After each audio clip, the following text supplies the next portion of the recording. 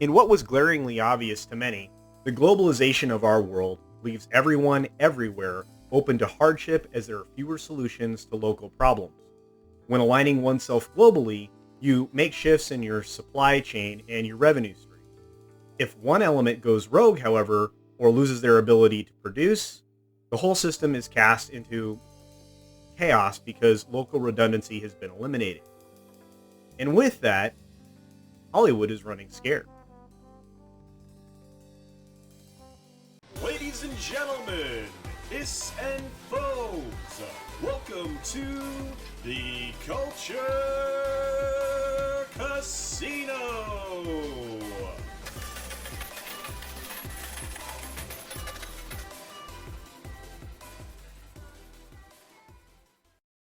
In this video, I'm walking a tightrope. I'm going to keep geopolitical issues front and center without heaping politics into my video. Fortunately, the ever so stunning and brave trade publication Variety is here to help me out. In what was probably one of the most difficult articles to ever get published in recent years there, Variety makes a few statements about the entertainment industry that I'm sure they didn't intend to. Let's review the article. From Variety, dated March 3rd, Hollywood tech brace for billions in losses due to viral illness.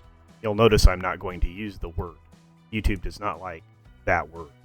The spread of illness, which has already killed more than 3,000 people and infected as many as 90,000, has gripped a fearful global population and threatens the livelihood of countless workers as major events are canceled and businesses shut their doors to prevent transmission. While reacting to the news of the worldwide spread of the virus, the Dow has had its worst week since 2008 and plunged 1,191 points on February 27th, its single-day worst drop in history, before staging a huge Monday rebound. Hollywood and digital media are among the sectors feeling the weight of the impact. Consumer electronics, movie theaters, content production, theme parks, and touring music acts rank among the collateral damage from the epidemic. China, which has suffered the bulk of the world's illness infections, relegated much of its workforce to in-home isolation in order to avoid infection. Even as the outbreak appears to slow and people make their way back to work, its entertainment industry is still very much feeling the fallout from the shutdown of cineplexes and film and television production. Oh God, don't say that out loud, pleads one top film distribution executive, when it is suggested that Chinese movie theaters still could be padlocked in December if health officials cannot contain the virus known as CV. In the coastal boardrooms of show business and media top executives, they're understanding the need to be hypersensitive to human losses, even as they dare to strategize over how and when the region might normalize and avoid a global economic meltdown. What's happening in China is unprecedented shutdown of everything and anything that might exacerbate the spread of the disease, says Dr. Erwin Redlener of Columbia University, a professor who specializes in the ramifications of large-scale catastrophic events, including epidemics, natural disasters, and terrorism.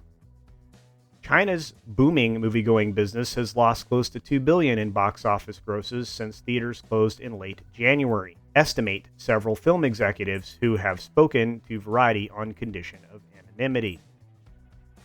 Franchise films and blockbuster hopefuls have been quietly and indefinitely pushed from their Chinese release dates.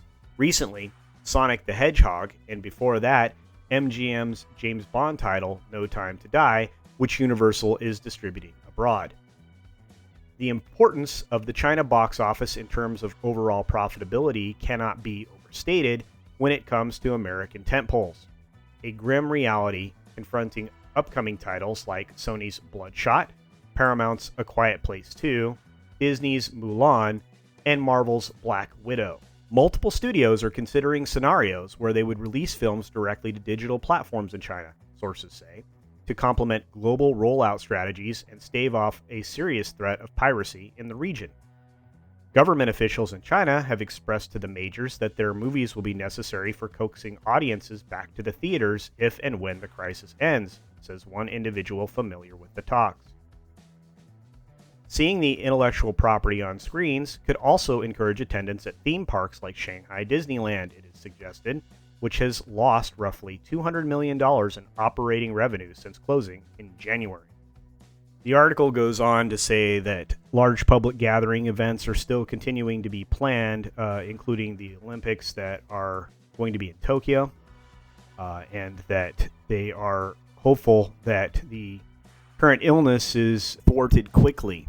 Continuing on with the article from that point, a morbid silver lining in the face of social distancing is how reliant households are becoming on streaming entertainment, pushing the ritual of Netflix and chill to its limits.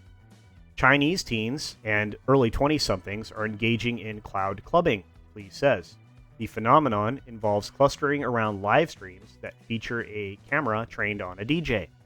The virtual parties can attract upwards to 1 million views, and given the ability to give monetary gifts through live streaming platforms, they've also resulted in profitable nights for the clubs themselves. And the article again will continue on stating that there are companies outside of the entertainment industry, such as tech companies, mainly Apple in this example, that are looking to explain away all the lost revenue that they're going to have over the projections. In fact, Apple is considering that their revenue will be down $10 billion below what the Wall Street estimates are for the next quarter. It seems funny to me that Hollywood has been chasing the China books over the last several years and using Chinese investment to try to expand their content. They've done this by sacrificing their products, their integrity, and in a lot of cases their humanity, all in an effort to deliver to live inside of China's censorship guide. And now that they need the domestic box office to buoy their way through a turbulent time,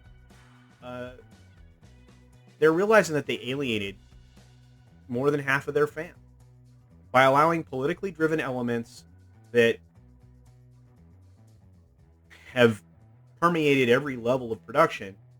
They have sacrificed their most robust products, driving down their value and marketability. Disney, above all others, has been a leader in abandoning and devaluing their intellectual property. They've thrown away fans in favor of virtue signaling and the China-specific cuts of films and their overt maligning of the very people that supported and built their brands in the first place. Box office revenues are projected to slide domestically, even more so now that the audiences are concerned with airborne illness. The China bucks won't be flowing in for quite some time, and audiences domestically are already shying away from large gathering places.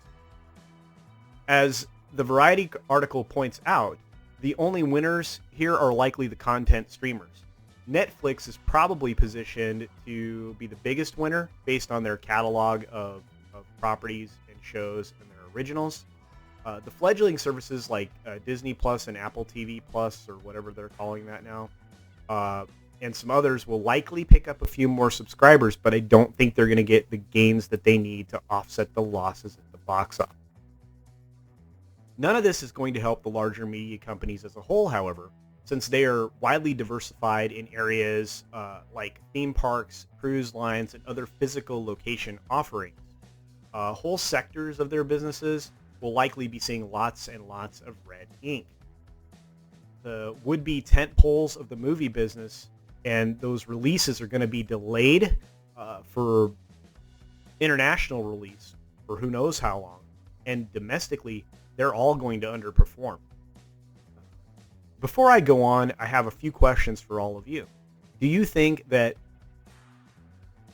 current illness spanning the globe will lead to far fewer box office receipts for the years to come? Do you think that this will only accelerate the trend of streaming as they try to win back their local domestic audience?